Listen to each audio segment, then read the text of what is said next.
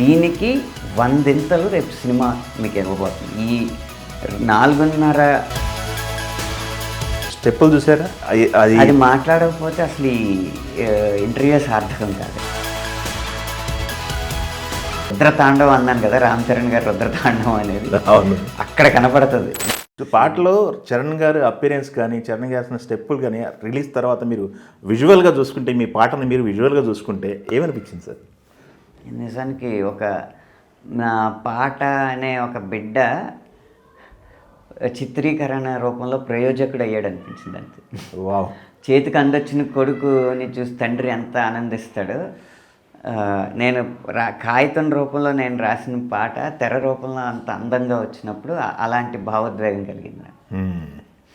ఈ పాటలో మీకు ఏదైతే ఉద్వేగం కలిగిందో, ఈ పాటలో ఏదైతే ఉత్సాహం కలిగిందో, దీనికి వందింతలు రేపు సినిమా మీకు ఇవ్వబోతుంది. ఈ 4:30 నిమిషాల పాటు సాగే పాట ఎలాంటి ఉద్వేగాన్ని ఇచ్చిందో దానికి వందింతలు ఆ 3 గంటల సినిమా మనకి ఇవ్వబోతుంది రేపు. ఓ సూపర్, అయితే అద్భుతం. అది అంత ఉద్వేగం ఇచ్చింది కాబట్టి పాట అంత బాగా పరిగెత్తింది. వావ్, సూపర్ అండి, మామూలు విషయం కాదు. కానీ ఏదైనా ఎక్కువ ఘనత మాత్రం దర్శకుడికి ఇవ్వాలండి. నాకు పాట ఇది కావాలని చెప్పి ఆయన అంటే ఆయనకి ఏం కావాలో ఆయన క్లారిటీ పేపర్లు రాస్తూ ఉండేవారు. అలాగే డైరెక్షన్ డిపార్ట్మెంట్ని చుట్టూ కూర్చోబెట్టి, ఇది పాట వెనక ఫిలాసఫీ, నువ్వేం చెప్తావు, నువ్వు ఎలా రాస్తావు అని అందరికీ కూర్చోబెట్టి ఎవరికి తట్టిన ఐడియాలు వాళ్ళకి చెప్పేలాగా ఇంత తొట్ట తీసుకొచ్చే ఐడియాలు నాకు ఇస్తూ ఉండేవారు అనమాట. వాటిని చూసుకుని ఓకే ఎలా ఆలోచిస్తున్నారు, ఇంత ఇంత ఇంత లోతుగా ఆలోచిస్తున్నారు, మనం ఆషామాషిగా రాస్తే కుదరదు అని చెప్పి వాళ్ళు అన్నీ పక్కన పెట్టుకుని దానికి నా ఆలోచనలు జోడించి మొత్తం ఒక బృంద విజయం అన్నమాట ఇది. Yes yes yes. ఇక్కడ మనం మాట్లాడుకుంటున్నప్పుడు ఇంకొక వ్యక్తి గురించి మాట్లాడుకోవాలి సార్, జానీ మాస్టర్ సంబంధించి. అది స్టెప్పులు చూసారా? అది మాట్లాడకపోతే అసలు ఈ ఇంటర్వ్యూ సార్థకం కాదు. అయ్యో. జానీ మాస్టర్ నాకు కన్వర్జేషన్స్ జరుగుతూ ఉండేవి, సంభాషణలు జరుగుతూ ఉండేవి. అవునా?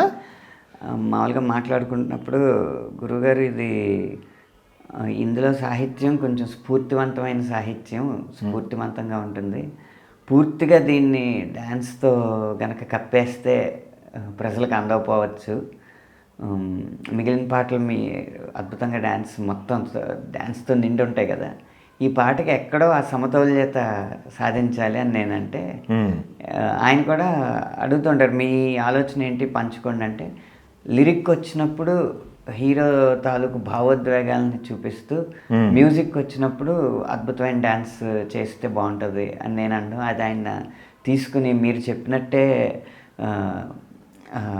లిరిక్ వచ్చినప్పుడు మాత్రం చాలా జాగ్రత్త తీసుకున్నానండి అని చెప్పడం జరిగింది. కానీ ఎప్పుడైతే ఆయనకు అవకాశం వచ్చిందో మ్యూజిక్, ఆ సోలో వైలన్ బిట్ ఉంటుంది కదా, అక్కడ ఇంకా విశ్వరూపం చూపెట్టాడు. అసలు రుద్రతాండవం అన్నాను కదా, రామ్ చరణ్ గారు రుద్రతాండవం అనేది అక్కడ కనపడుతుంది మీకు. పల్లవికి మొదటి చరణానికి మధ్యలో మన యూట్యూబ్లో ఇచ్చిన వీడియోలో కూడా వదిలేరు అది. అసలు కాళ్ళు నేల మీద ఉన్నాయా ఆకాశంలో ఉన్నాయా అన్నంతగా, ఒక రెప్పపాటులో నేల మీద, రెప్పపాటులో ఆకాశంలో, ఒక కాలు ఈ రెప్ప వేసినప్పుడు నేల మీద, ఒక కాలు ఈ రెప్ప వేసినప్పుడు ఆకాశంలో. అసలు కొంతమందికి ఒక అద్భుతమైన మీమ్ వచ్చింది నేను చూసి నిన్న వచ్చినట్లు. ప్రతి పాట రాగానే దీనికి మెయిన్ స్టెప్, హుక్ స్టెప్ ఏముంటుందో చూసుకుని దాన్ని ప్రాక్టీస్ చేసి దాన్ని రీల్గా చేయడం అనేది అలవాటు. అలాగే జరుగుతున్నాయి కదా రీల్స్. ఈ మధ్య వచ్చిన చాలా ప్రజాదరణ పొందిన పాటల్లో కూడా అదే జరిగింది. దానికోసం కొరియోగ్రాఫర్స్ ఏం చేస్తారంటే, ఆ హుక్ లైన్, హుక్ స్టెప్ ఉన్న చోట అందరూ చేయగలిగేలాగా, ఆఖరికి మోకాలు నొప్పులున్నా, నడుము నొప్పులున్నా, మెడ నొప్పులున్నా కూడా చేయగలిగేలాగా, సులువుగా చూడడానికి అందంగా ఉండేలాగా సృష్టిస్తూ ఉంటారు స్టెప్స్ని. కానీ ఇందులో రామ్ చరణ్ గారిలో ఉన్న డాన్సర్ని పూర్తి సామర్థ్యం ఉంటే, రామ్ చరణ్లో ఉన్న డాన్సర్లోని పూర్తి సామర్థ్యాన్ని వినియోగించాలన్న లక్ష్యంతోనే ఈ సృష్టించారనమాట జానీ మాస్టర్ గారి స్టెప్స్.